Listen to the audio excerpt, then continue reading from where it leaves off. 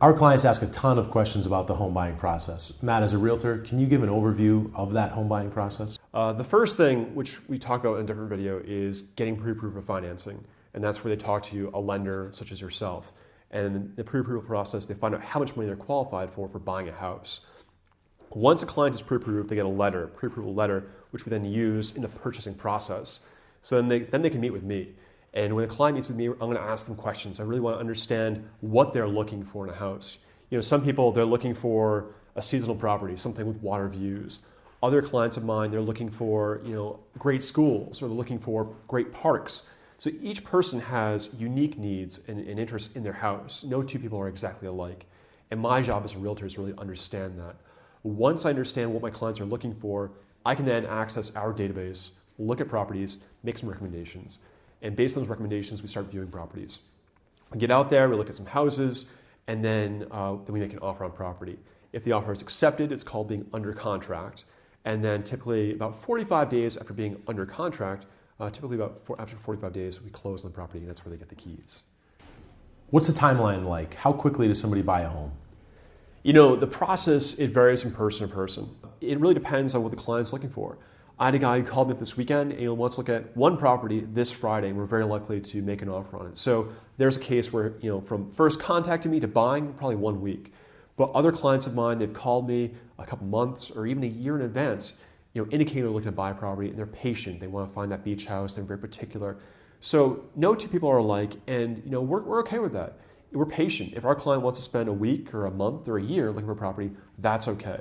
What's most important to us is that you love the property that you buy. Now, there are buyer agents and seller agents, right? What's the difference? Yeah, Garrett, a lot of people don't realize this. A buyer's agent helps somebody buy a house. I'm usually a buyer's agent. I usually help people buy a house. And a seller's agent helps somebody sell a house. The goals are completely different. A seller's agent wants to get the maximum price possible, and me, as a buyer's agent, I want my client to pay the least money possible for a property. So in any property you're looking at, it's always important to have somebody working with you who's loyal to your interests. So I tell my buyer clients, I'm here to work for you. I'm loyal to you. If I see a property doesn't look good, I'm going to tell you straight up. I'm going to say, hey, this foundation's cracked. There's water damage. My loyalty is to you as a buyer. And the reality, too, is that whether you're working with a buyer agent or a seller's agent, the agent is paid for usually by the seller of the property. So if you're looking to buy a property, in most cases, it's not going to cost you a penny out of pocket to have my services. What about negotiating price? What are you seeing out there? But the reality is, every property is different. In some cases, we see home sellers wanting, an inflated price. They might inflate by 10, 20, or 30%. In other cases, we see properties which are being sold for less than what they're really worth.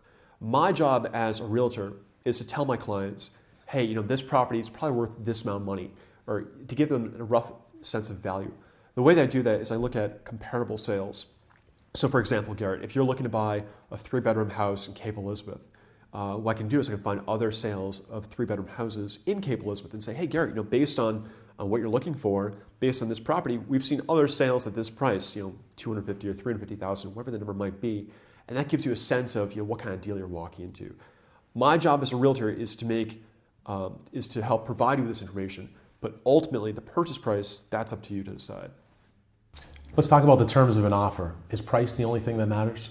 No, and this is a misconception that a lot of people have. Money is very important, certainly, but there are other factors too. When we write up the purchase and sale agreement, which is the contract that discusses all the terms for a deal, there are a number of key criteria, a number of key points in that. One of them is going to be the purchase price. How much money are you paying for the house?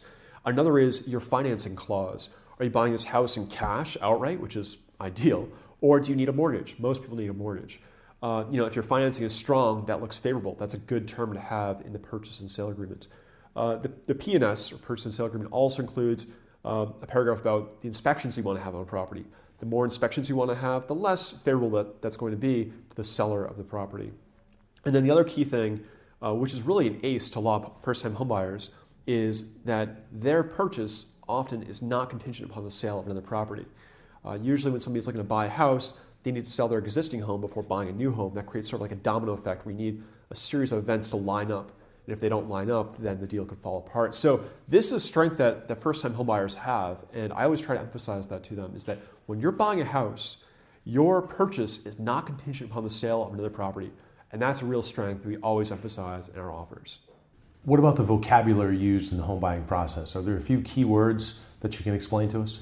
Yes, Garrett, there are a number of words that we use on the lending side and on the realtor side. It's important that first-time homebuyers know the vocabulary. So I think the key words would be, first of all, there's the appraisal. And a lot of people, they don't realize the difference between the appraisal and the home inspection. The appraisal is when we send an appraiser to the property, and he or she is going to give the buyer a sense of the value of that home. And the appraiser is usually working with a bank. Then there's the property inspection. That's where we send a building inspector to the property. And he or she is looking for damage in the foundation, a leaky roof. They're looking at the structure and trying to determine, are there any risks here? If there are, then we're going to make additional recommendations to other experts. So there's the appraisal, the building inspection. There's also clear to close, another term that we use. Clear to close means that we're ready to close, we're ready to give you the keys. And then, I'm trying to think of any other words here. And then earnest money. Earnest money is another key one that we hear. Earnest money is the money you're putting down with your purchase and sale contract. So if I'm buying a house, say in Portland, for $250,000, I'll usually, with that offer, I'll write a check for probably $2,500 to indicate that my offer is serious. And that $2,500 is then later applied towards my deposit, to my down payment on the house. Matt, any final advice for your clients? Sure. Garrett, I think the home buying process, it can be very stressful. It represents the largest financial transaction most people make in their entire life. It's a stressful process if you don't know what you're doing and if you're working with people who have no idea what they're doing. And that's why it's best to work with the experts. Guys like you and I, we've been in the business for nearly a decade. We've got lots of experience, and with that gives us the ability to close deals smoothly. So I say, don't get stressed out about home buying. It should be a fun process. You're buying your dream house, have fun with it. The key is to work with a great team. Contact the experts, contact guys like us.